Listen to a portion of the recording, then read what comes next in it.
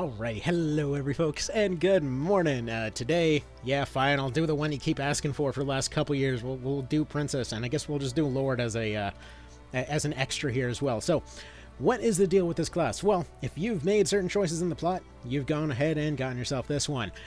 Basically, the deal is the Princess is basically a kind of front end tank of sorts with a bunch of support abilities. So they specialize in overhead spells, support spells. Basically, they get access to almost everything divine-wise, as well as a whole bunch of things like draconics. They get access to like forbidden stuff and all that kind of business.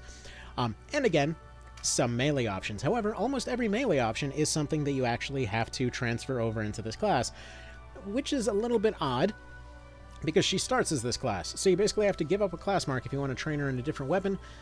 Anyway, whatever. So, why this? Why have I gone for water here? Well, because I think it's funny. Because over here we see that she has holy water. You know, technically not water scaling, doesn't matter.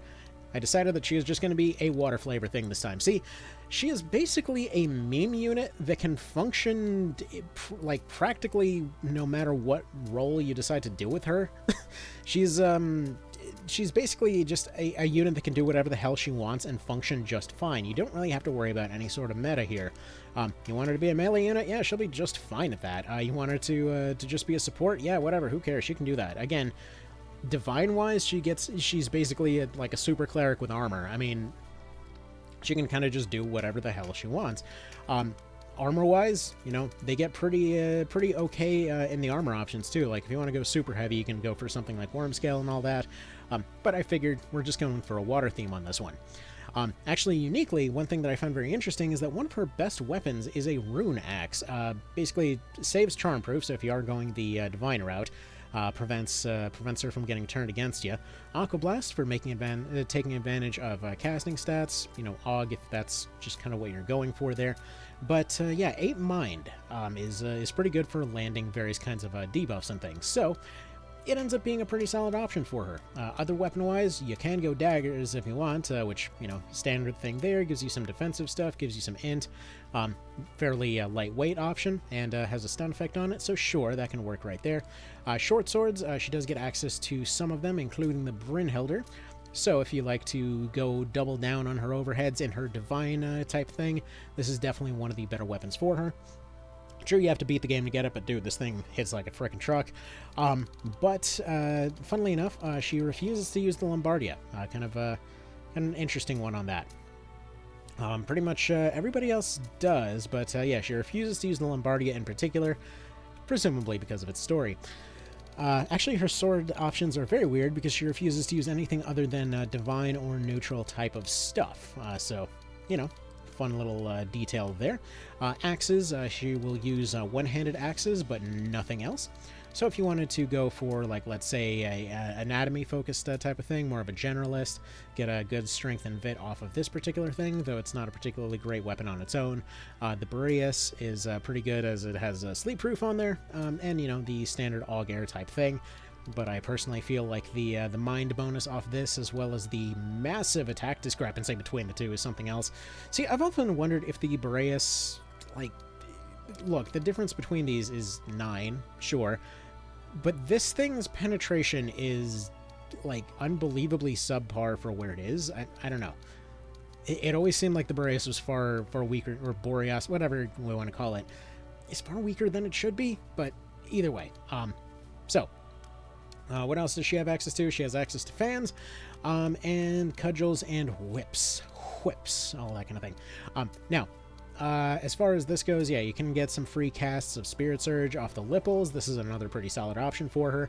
If you don't want to go for her having an additional kind of hit type thing, the additional luck bonus off this is pretty solid. The additional int bonus off this is pretty solid, so, you know, definitely one of the more considerable options. Also not exactly a terribly difficult thing to get a hold of.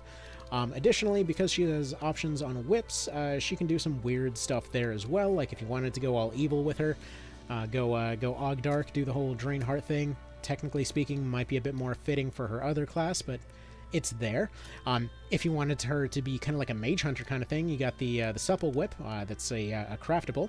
Very, very good luck on that one. Good dexterity, good MP bonus for her, interestingly enough. But again, can essentially slow down MP regeneration on different units. So just something to consider there. I believe ranged-wise, I don't think she actually gets anything. Yeah, no, she gets access to some throwing weapons for some reason. Like, she refuses to use a chakram, but will use a bola. Refuses to use a pilum, but will use a different bola. Refuses to use the Francisca, but will use a Wigel. So I guess she just specifically is going for stuff that seems like it would be easier to throw and has a handle on it. Okay. Sure, whatever. Anyway, skills-wise, let's go down some of her weirdly specific stuff. So like I said, you can basically just put whatever on her, and she will be fine. Just make her whatever your story happens to fit at the time. That's the way that I like to see it. Personally, I will always see her as an axe unit, just because a just like angry princess barbarian cracks me up.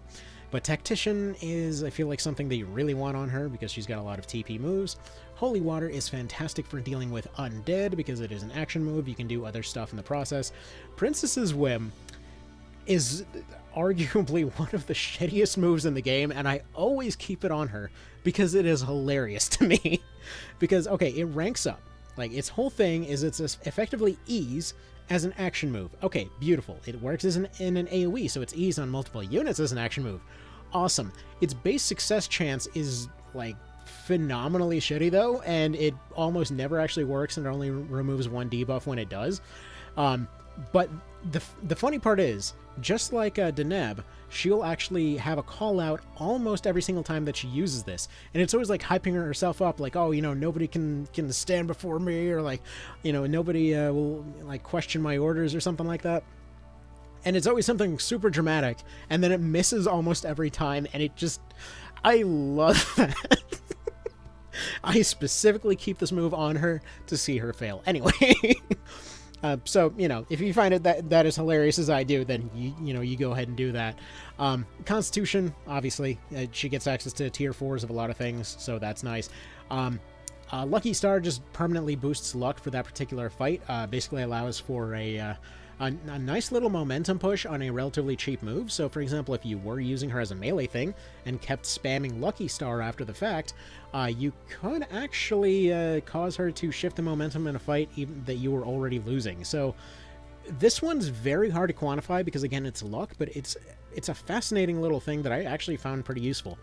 Anyways, Draconic-wise, you, again, have just weird options on her. Like, she is basically just the queen of weird options. She gets access to all of the, you know, the big hitter moves, but also gets access to the vast majority of all these things, except for dodge blades. Apparently, her experience in neutral has just taught her that she can't teach anyone to actually dodge a knife. Any dang ways. So yeah, she gets Enlighten, she gets Phantom Shell, she gets the other ones that I apparently did not put on her. What's with that? Is that really, is that it? Am I missing something? No, okay, apparently she literally just gets, okay, there it is, Holy Shield, so gives Sanctified to a unit, which means that undead can't stop nearby them. You get Phantom Shell, it's just a resistance boost. You get Enlighten, which is Spellcraft. You don't get Ballistics, you get Dodge Blades, which, that's why. Okay, so Dodge Blades for teaching how to dodge a knife. You get Gift of Restoration, which is, it's just Healcraft. However, you don't get Teleport, you don't get Springboard, so you can't use it for moving stuff around. Where's the regen one? Does she actually get... Yeah, she gets... okay, she can't use Renewal for some reason, but she can use Restoration, which ends up combining pretty well with her getting access to almost the entirety of the Divine Spell Tree. Either way, generally speaking, if you want to go, like, super min-max optimal with it, Brynhilder, Divine, stack Oglights, you know, do that whole thing. If you want to have fun with it, though, you can slap just about any weird crap on her and just see what works, and then laugh as she fails to use Princess's Whim over and over. So yeah, they're a mascot. They're an endgame mascot. They're pretty much starting their skills from scratch at the very end of the game, but they're just raw stats at pretty much everything are usually going to let them function no matter what you do with them, so they're just kind of fun to have around. Alright, next up we move on to the Lord, the Jack of all trades, and the Equipper of frickin' none. Actually, despite having access to more weapons than anybody in the game, his overall armor options are appallingly bad for some reason. So he does get some very unique options, like for example, he can combine Mighty Strike and a Spear, which is pretty awesome.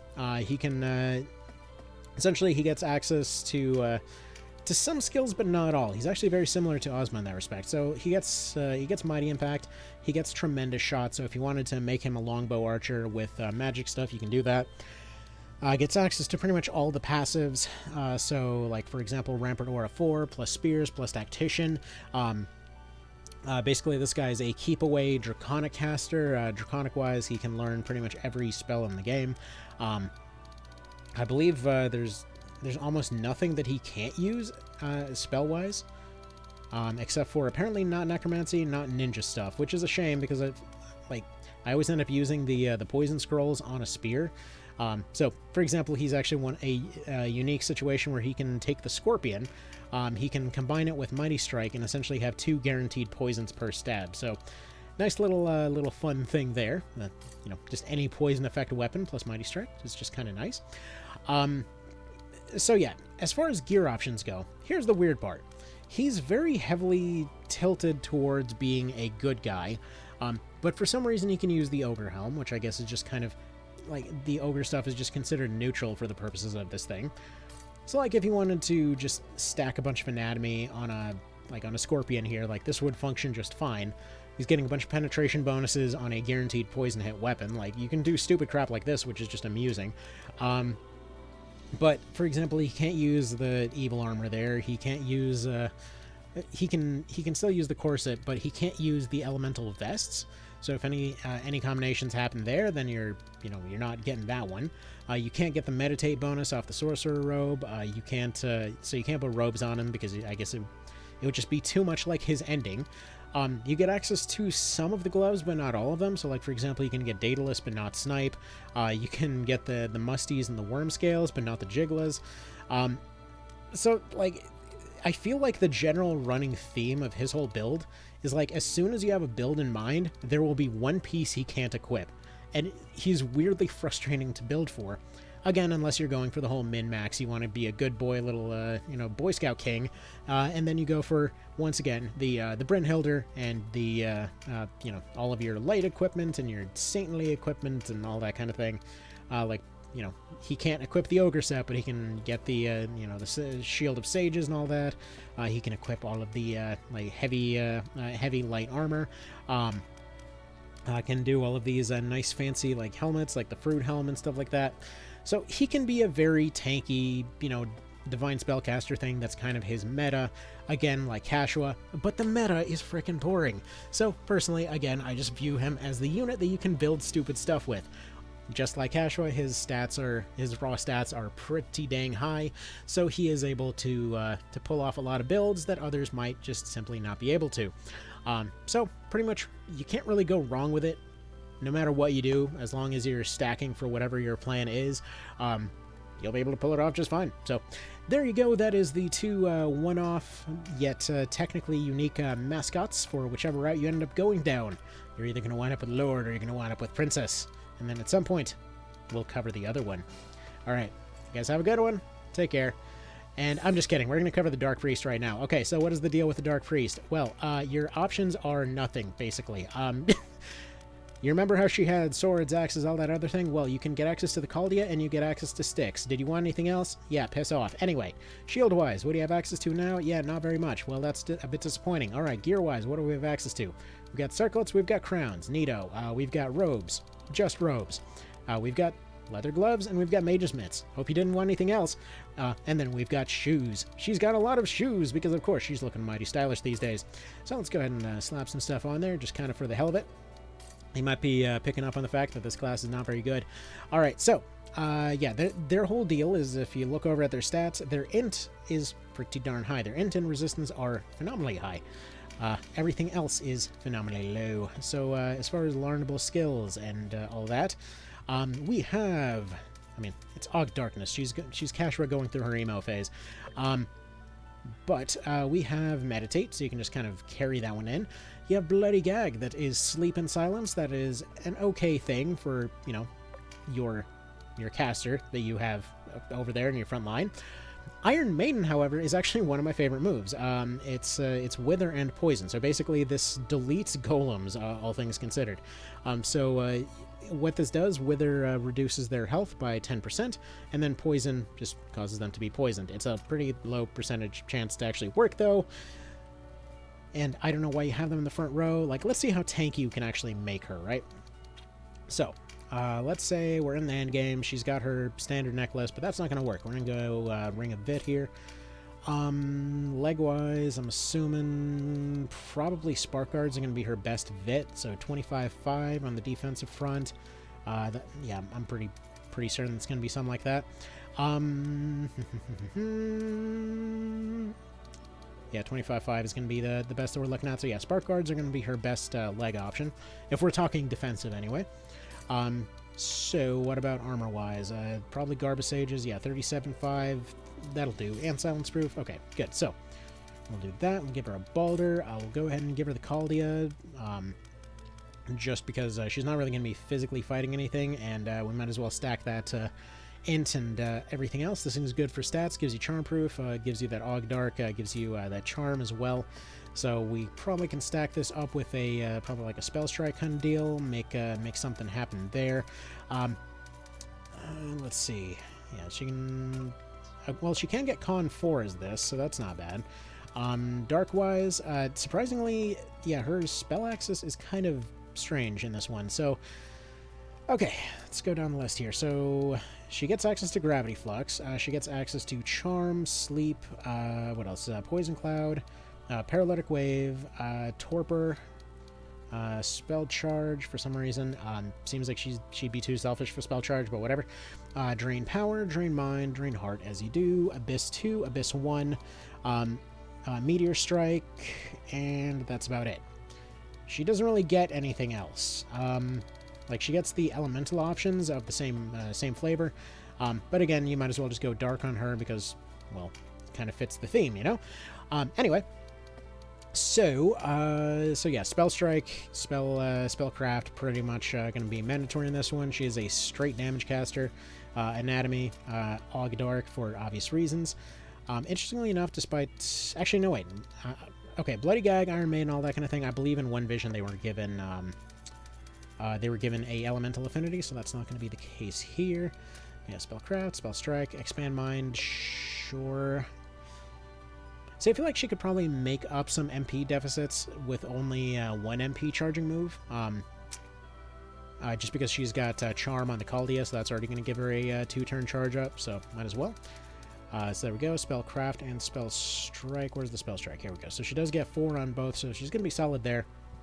So there we go. We got like a solid defensive kind of caster kind of deal. It's just... She feels like an overall downgrade compared to the princess there. If we go ahead and compare their stuff, like int-wise, she gains 11 int, loses 2 mind, gains 10 resistance, loses 4 vitality, loses 6 dex, gains 1 hard defense. Actually, I never realized that. She actually is very stacked for innate defense, interestingly enough. Actually, her innate defense is higher than the Paladin. Huh. Alright. So there you go. For some reason, she doesn't have the gear to really back this up, but you know what? If you want to look like like some kind of complete off-the-shelf RuneScape character and have that as your spellcaster, there you go. You even got the beret and everything. I mean, I'm pretty sure like this look was actually something you'd see folks running around in RuneScape with back in the day. So there you go. Your fancy robes, your fancy beret, you know, just happens to kill everybody with ancients. Sure. All right, so that'll be that. You guys have a good one. Take care. I hope this was fun, and see you in the next one.